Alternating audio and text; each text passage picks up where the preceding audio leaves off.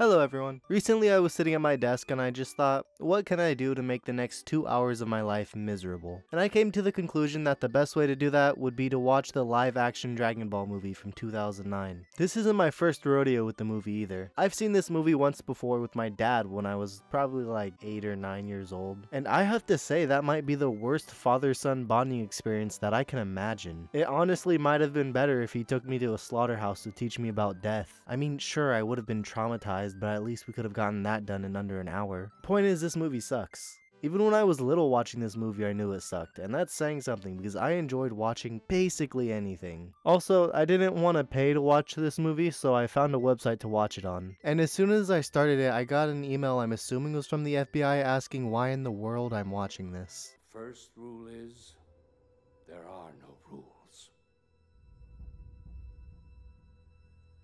The first rule is that there are no rules is such a banger line because this movie follows none of the rules of making a good adaptation. For example, reading or watching any of the source material.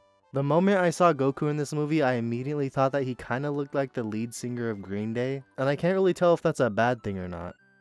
Probably bad, right? I don't train you to fight boys, Goku. You promised. Okay, you made me promise not to fight.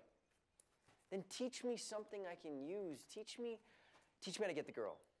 Teach me how to talk to her without stumbling all over everything I say. Teach me how to be normal. Yeah, Grandpa, teach me how to pool.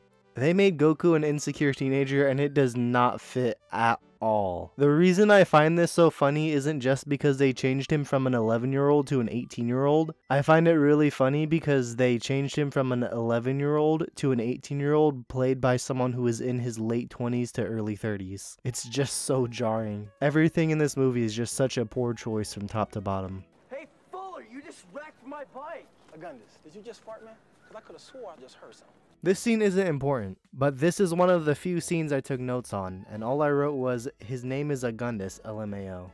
I just wanted to share this. From the dawn of civilization, superstitions have marked solar eclipses as the sign of the apocalypse. In India, for example, the eclipse symbolizes Rahu, demon of darkness devouring the sun. The Chinese believe that eclipses were caused by a dragon trying to swallow the sun. I swear I frantically tried to skip this scene, but the website I was using didn't have an option to skip forward for some reason, so now you have to suffer too.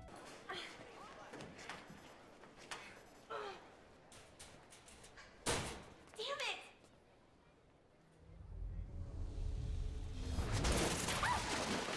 My man, that did not help. Use your key. Wait, you know about Ki? Just because my name is Chi-Chi doesn't make me a complete idiot. Right. Just because my name is Chi-Chi doesn't mean I'm stupid is just such an uncalled for line here. Like, oh, I'm sorry, I should have assumed you, a random high school student who I have never met, knew about this mystical force that I used to slam open all the locker doors.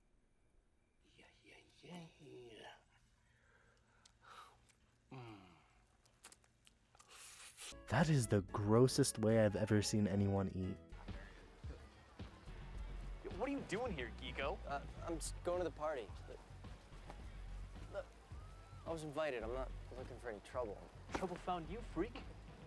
So listen, why don't you turn around, walk away, no one will even know you were here. I made a promise that I wasn't going to fight. What? I made a promise that I'm not going to fight. Oh, don't worry, it won't be a fight. It'll be a massacre. This is so clearly a plastic cup. Why did they put in the stock glass shattering sound effect? My car! Nice swing, good form. Hold on, I don't really like the music they used for this fight scene, so I'll put some music I think fits better.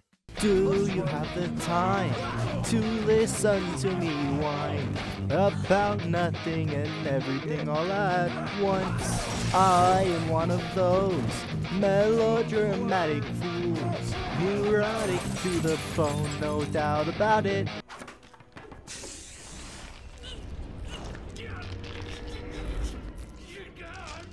I will have the Dragon Ball, old man.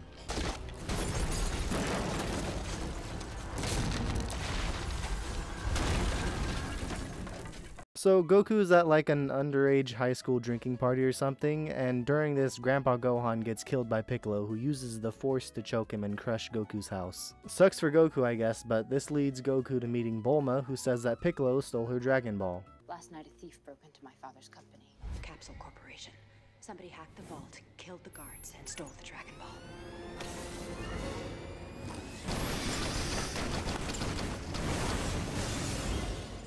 Why did they need to hack the vault if Piccolo has the power to destroy a house with his mind? It also seems illogical to send an unnamed assassin woman to collect every ball when Piccolo could have easily done it himself. How'd you know I had the Dragon Ball? A little machine I invented.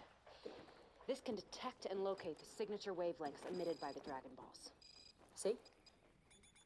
That isn't the Dragon Radar, that's just Google Maps on a Power Rangers morphing device. Bulma! Bulma! Bulma, wait! So Goku and Bulma almost kill each other, then agree that they should work together to find Dragon Balls, which means they have to go find Master Roshi in what I'm pretty sure is a house in the middle of either a massive construction site or in the sky. It could be either one, I'm not sure.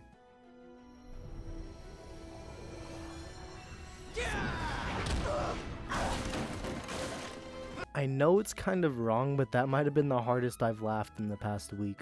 I will take you to a secret place where a chosen few were taught to master the energy of the three elements: air, fire, and water. Shadow Crane Strike is the most basic of all the air bending techniques. To learn what I have to Airbending. Airbending. M. Night Shyamalan himself must have came in to give these creators a tutorial on how to make a terrible adaptation. Goku is the Avatar. I could never have a family. They said it cannot work with the responsibilities of the Avatar. Why can't the Avatar have a family? I asked that. I'd be, so grateful if you could just help me and my friends out. For a pretty thing like you, no problemo. Wait a minute, is that a Capsule RX 550 Roadster I see down there? Yo, I'll take that! You're nothing but a low-life bandit. Yeah, but one with a ladder. Just think it over, because after the sun comes out, it's gonna be hot, hot, hot. Hot. I love the guy who played Yamcha's inflection in this movie. It's like we both knew this movie was terrible and are sharing a moment through the screen. Hot, hot, hot.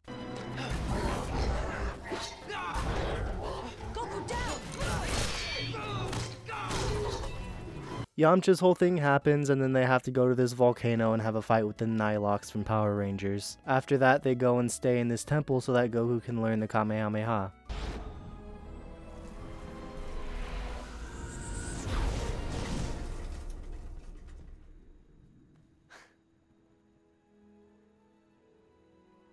I think the next move, it would be better to blow out all the torches. In the anime, Goku learns the Kamehameha in like 2 seconds because it looked cool. In the movie, he takes a full day to learn it, and was only able to so that he can impress a girl he met like a week ago. Help me, Goku.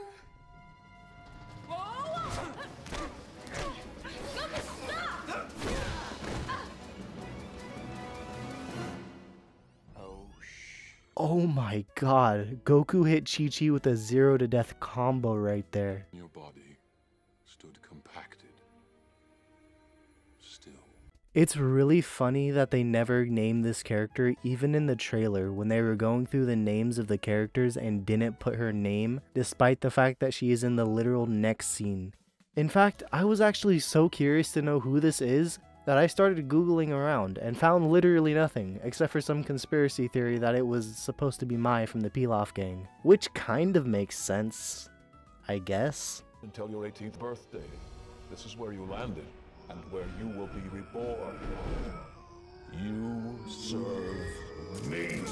Are you ready for a bombshell? Turns out Goku is Ozaru, who is supposed to be Piccolo's sidekick in this movie. It's taking everything out of me not to spend this entire video pointing out everything that they got wrong or needlessly changed. So I'll just leave it at that. As Ozaru Goku kills Master Roshi, he has some inspiring words for Goku. Don't let Ozaru destroy the Goku in you. This is just the push that he needed to snap him out of it, and he too has some inspiring words to say that everyone can relate to. I am Goku. I am Ozaru. To be at one with myself, I must be too.